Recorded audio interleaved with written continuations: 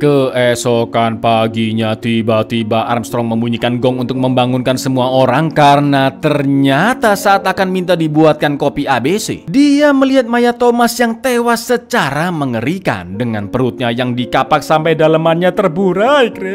Sesuai sajak selanjutnya yaitu 7 prajurit kecil mengapak kayu, seorang terkapak dan tersisa 6. Armstrong sadar jika Unknown ingin bermain-main dengan mereka persis mengikuti saja, tapi dia yakin tidak akan ada korban lagi karena sajak berikutnya adalah tewas terkena sengatan lebah, yang mana di pulau itu tidak ada sarang lebah sama sekali. Vera pun langsung menampar Armstrong yang semakin histeris lalu meminta semua orang untuk tetap tenang. 7 little soldiers chopping up. One chopped himself in half and then I was looking for him. Coffee. I looked. A bumblebee stung one. No, we need to find something to wrap him up with or he's gonna go everywhere. Lombard dan Blur pun memindahkan mayat Thomas ke kamarnya bersebelahan dengan Ethel dan lanjut membersihkan darahnya di tempat yang berbeda. Sementara itu di ruang makan, Armstrong mengajak Wargrave kerjasama karena dia tidak mempercayai keempat orang lainnya dan lanjut pergi memantau Vera yang sedang membuat minuman untuk yang lainnya. Sedangkan Brand tidak mau meminum kopi buatan Vera karena khawatir ada racun di dalamnya. Terlihat di scene tadi Lur bahwa mereka pergi sendiri-sendiri, lalu ketika Vera akan balik ke kamarnya, dia mampir ke ruang makan dan betapa terkejutnya dia karena patung lilin prajurit sudah menjadi 5. Saat itu juga Vera langsung membunyikan gong agar semuanya berkumpul dan ternyata yang mati berikutnya adalah Brand. Dia tewas disuntik racun atau bisa diartikan seperti sengatan lebah.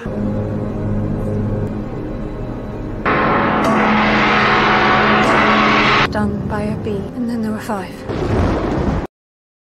Setelah mayat Brand dipindah ke kamarnya dan ditutupi, Lombard yang kembali ke kamarnya sangat panik bukan main karena pistolnya telah dicuri. Itu artinya salah satu di antara mereka memiliki kunci serep kamar yang mungkin disimpan oleh Thomas. Tuduh-tuduhan pun terjadi antara Lombard dan Armstrong karena Armstrong yang menemukan mayat Thomas pertama kali dan Lombard lah yang membersihkan mayat Thomas. Bahkan Armstrong menuduh Lombard menyimpan pistolnya sendiri agar tuduhan pelaku tidak mengarah kepadanya. Blur juga menuduh Lombard, tapi Lombard menuduh balik karena Blur yang paling telat turun ke tempat meninggalnya Thomas. Lombard pun berasumsi jika Blur telah mengambil kunci serep lalu balik ke kamarnya menunggu orang-orang turun ke bawah dan diam-diam mengambil pistol di kamarnya Lombard. Tapi Blur mengatakan jika dia tidak memiliki kunci serep ataupun pistol itu, Blur telah turun karena dia memiliki penyakit sembelit dan agak lama di toilet. All of us were down, and then you got into my room. You have my gun, prick. Up there in a muck. So it weren't me. Could have been any of us. I was in the bloody lab, constipated. Mereka berlima pun bersama-sama menggeledah kamar masing-masing dan juga seluruh ruangan di sana. Bahkan kain-kain jok kursi sampai disobek-sobek, namun kunci serep maupun pistol masih tidak ditemukan. Mereka pun lanjut makan makanan kaleng dan terlihat tatapan yang saling mencurigai satu sama lain. Di lain sisi, scene menunjukkan kunci serep dan juga pistol yang ternyata disimpan di tempat yang tidak pernah mereka curigai, yaitu di dalam mulut karpet beruang.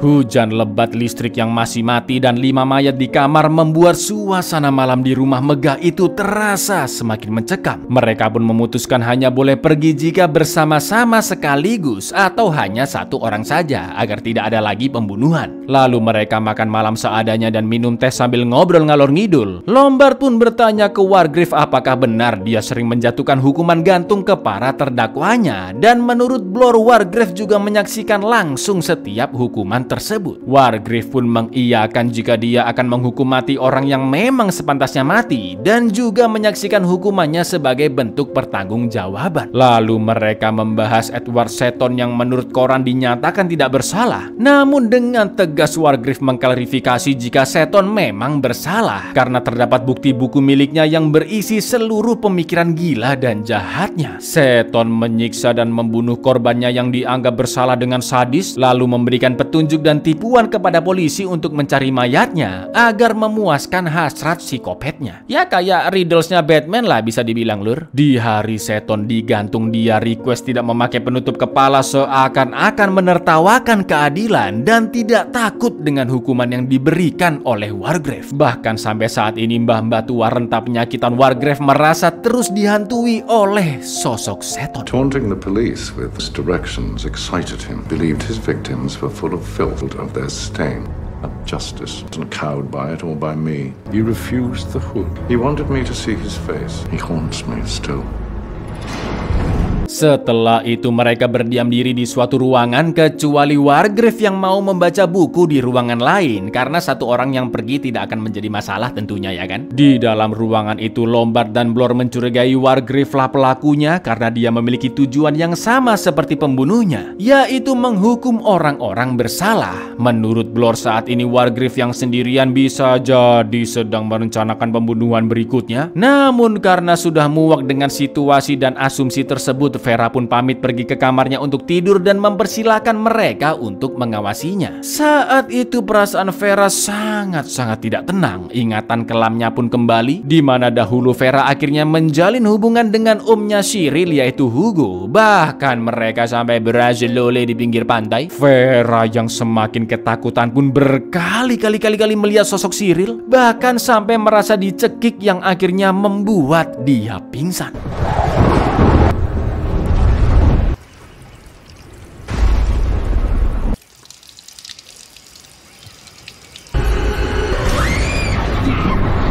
Karena teriakan Vera, Lombard, Blor, dan Armstrong langsung datang membantu menyadarkannya. Dan mereka sempat bergantian keluar kamar seperti Armstrong yang mengambil obat, Blor yang mengambil minuman, dan Lombard yang mengambil wine untuk menenangkan Vera. Di sana mereka bertanya-tanya kenapa ada kaitan di plafon kamarnya Vera, padahal di kamar mereka tidak ada kaitan seperti itu. Setelah minum-minum mereka pun baru sadar kok Pak Hakim Wargrave nggak datang-datang, padahal suara teriakan Vera sekencang itu ya kan lur. Ternyata lagi-lagi orang yang mereka curigai telah meninggal. Pak Hakim Wargrave tewas dengan tembakan di kepala sambil dipakaikan wig ciri khas hakim di Inggris. Setelah mayat Wargrave dipindah ke kamarnya dan ditutupi, tiga pria yang tersisa pun saling tuduh karena masing-masing sempat keluar kamar saat membangunkan Vera. Tapi tetap aja tidak ada yang bisa membuktikan. Seperti biasa kematian Wargrave sama dengan isi sajak. 5 prajurit kecil ke pengadilan, seorang mendapat tempat kanselir dan tersisa 4. Begitu pula patung lilin yang sudah disesuaikan jumlahnya. 5 little soldier boys going in for law. One got chancery and then...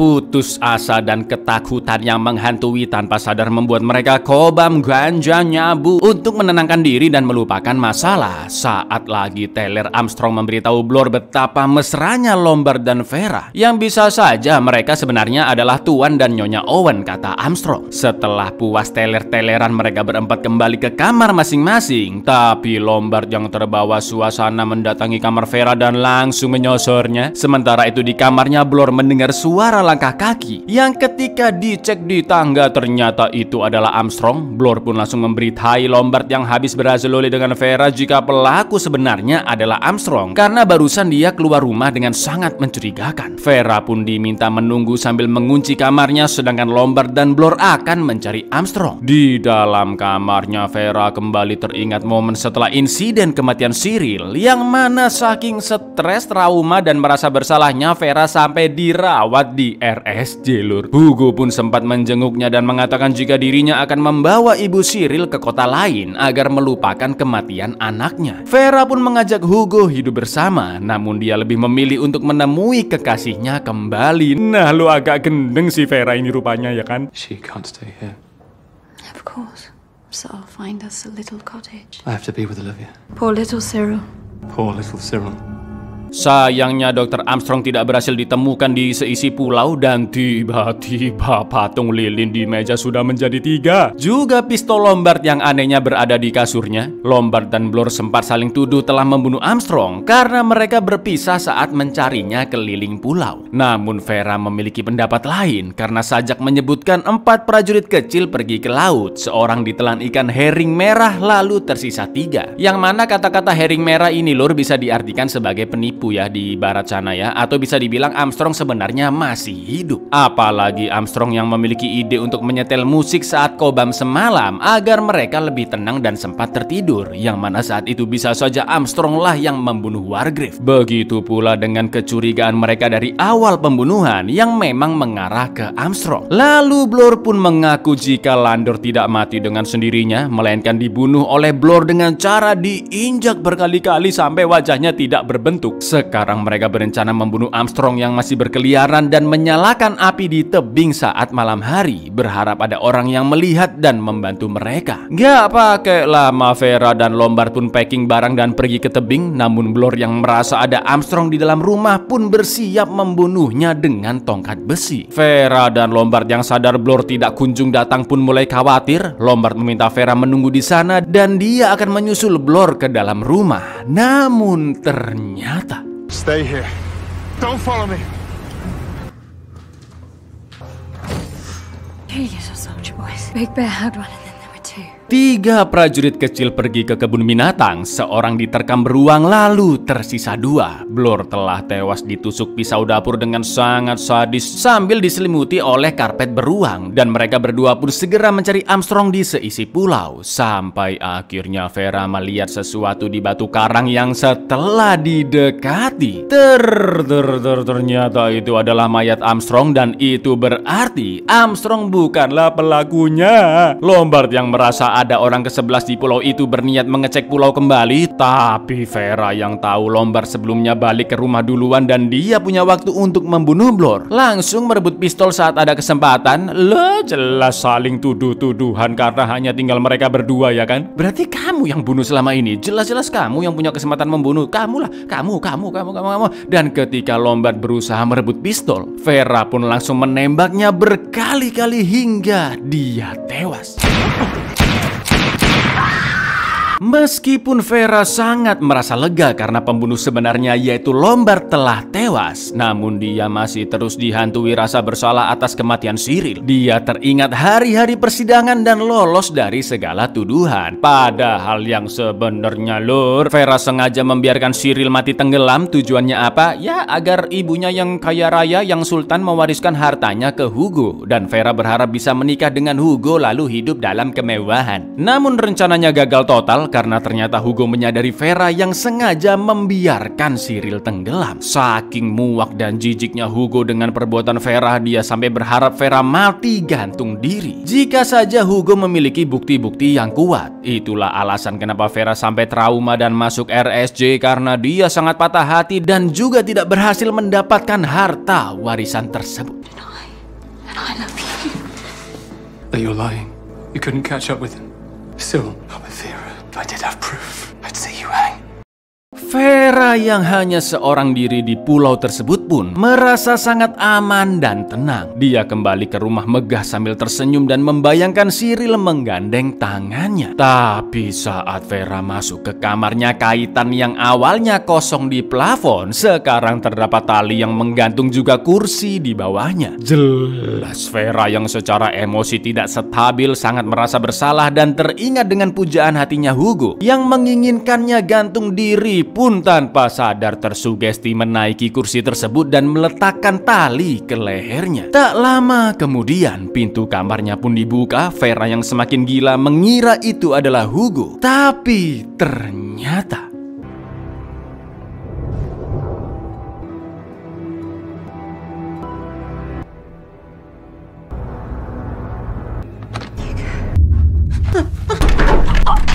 Wow. Di luar dugaan ternyata Wargrave lah unknown sebenarnya. Dan Vera yang sangat shock tergelincir dari kursi, namun kakinya masih sedikit menahan di kayu. Jadi gini Lur, inget kan Armstrong minta Wargrave kerjasama? Jelaslah sama dia dimanfaatkan. Wargrave acting pura-pura mati dengan bekas pistol di dahinya, dan Armstrong yang bertugas meminta orang-orang lain langsung membawa mayatnya ke kamar tanpa diperiksa bekas tembakannya. Tujuan mereka melakukan itu agar memancing pelaku sebenarnya sebenarnya yang skenarionya menjadi kacau padahal Wargrave pelakunya dari awal. Lalu malam harinya Armstrong keluar rumah atas permintaan Wargrave yang katanya melihat si pembunuh di pinggir pulau. Tapi itu hanyalah siasatnya saja agar bisa membunuh Armstrong sesuai sajak prajurit kecil ditelan ikan herring merah. Begitu pula dengan pembunuhan-pembunuhan lain yang bisa dilakukan dengan mudah karena siapa yang mencurigai kakek tua renta penyakitan, ya kan? Lalu Wargrave menjelaskan motifnya melakukan rencana pembunuhan di pulau itu. Yang pertama jelas untuk mengadili orang-orang yang bersalah, Lur. Tapi alasan yang kedua adalah karena dia terinspirasi dengan sosok Seton. Melihat buku catatan Seton, Wargrave yang mengagumi cara berpikirnya pun ingin melakukan sebuah karya seni di akhir hidupnya yang sudah tidak lama lagi. Apalagi Wargrave sejak kecil sudah merasa terpuaskan jika melihat kematian, dan ditambah lagi 40 tahun karir dia selalu melihat orang-orang yang dihukum mati, ya kan? Jelas itu mengguncang jiwanya. Sampai akhirnya penyakit Wargrave yang tidak bisa disembuhkan pun membuat dirinya akan membuat karya seni paling luar biasa, yaitu sebuah karya seni pembunuhan yang akan menghebohkan seluruh dunia bahwa di pulau terisolasi itu hanya ada mayat tanpa ada pelakunya. Karena setelah ini Wargrave juga berniat mengakhiri hidupnya sendiri. Sejak awal Wargrave juga sudah mengincar Vera menjadi orang terakhir yang hidup karena dia yang paling dihantui kesalahan masa lalu dan emosinya tidak stabil. Bahkan kaitan tali gantung sudah disiapkan hanya di kamar Vera. Vera pun memohon agar diselamatkan, tapi dengan kejinya Wargrave langsung menarik kursinya dan Vera pun tewas tergantung. Two little soldiers, one got frizzled, went and hanged himself, and when his neck snapped, I felt as if I'd been handed 10 bodies, no murderer. How could he have disappeared? The detectives arrived in Owen everywhere.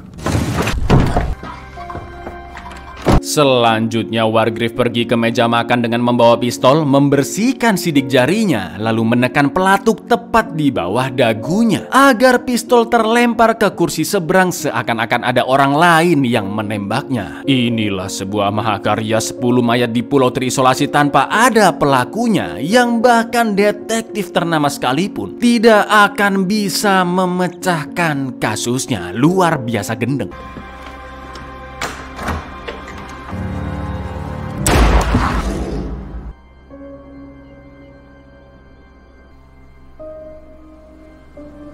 Buyar, bisa-bisanya ini Bu Agatha Christie bikin novel kayak begini dong. Lanjut kita ke closing, Lur. Wajib hukumnya buat kalian baca novelnya, Lur, karena jauh lebih detail dan bikin merinding beneran. Bahkan menjadi novel misteri terbaik dan terfavorit berdasarkan survei global, mengalahkan Murder on the Orient Express. Di ending scene film tadi sebenarnya penjelasannya kurang detail dan tak tambahin sendiri dari novel yang sudah pernah tak baca berulang-ulang kali. Epic banget soalnya memang, Lur. Juga ada beberapa perbedaan antara novel dan film tentunya, terutama yang paling mencolok di bagian endingnya. Jadi kalau di versi novelnya, Lur, itu Mbak Vera gantung diri, udah kelar, nggak ada Wargrave masuk kamarnya, nggak ada, Lur. Lanjut beberapa hari atau minggu setelahnya, detektif menyelidiki mayat di pulau itu yang penuh kejanggalan dan beranggapan ada orang yang ke-11, tapi pelaku itu tidak bisa ditemukan. Nah, setelah itu di halaman akhir, bener-bener paling akhir, Lur, terkuaklah bahwa Wargrave pelakunya. Dia menulis semua pengakuannya, motifnya, dan rasa puas saat melihat kematian atau kesadisan sejak kecil. Kertas itu dimasukkan ke dalam botol terus dihanyutin ke laut. Entah apakah orang yang menemukan nanti bisa ngeh kalau surat itu sebenarnya berisi pengakuan pembunuhan gitu, Lur. Wah, pokoknya menarik banget lah ini novelnya. Sebelum ending film tadi kalian nebak pembunuhnya siapa, Lur? Coba bisa komen-komen di bawah, monggo. Penasaran saya alasan Anda apa? Ya wes gitu dulu, Lur. Aku Ijang undur diri, matur nuwun dan assalamualaikum.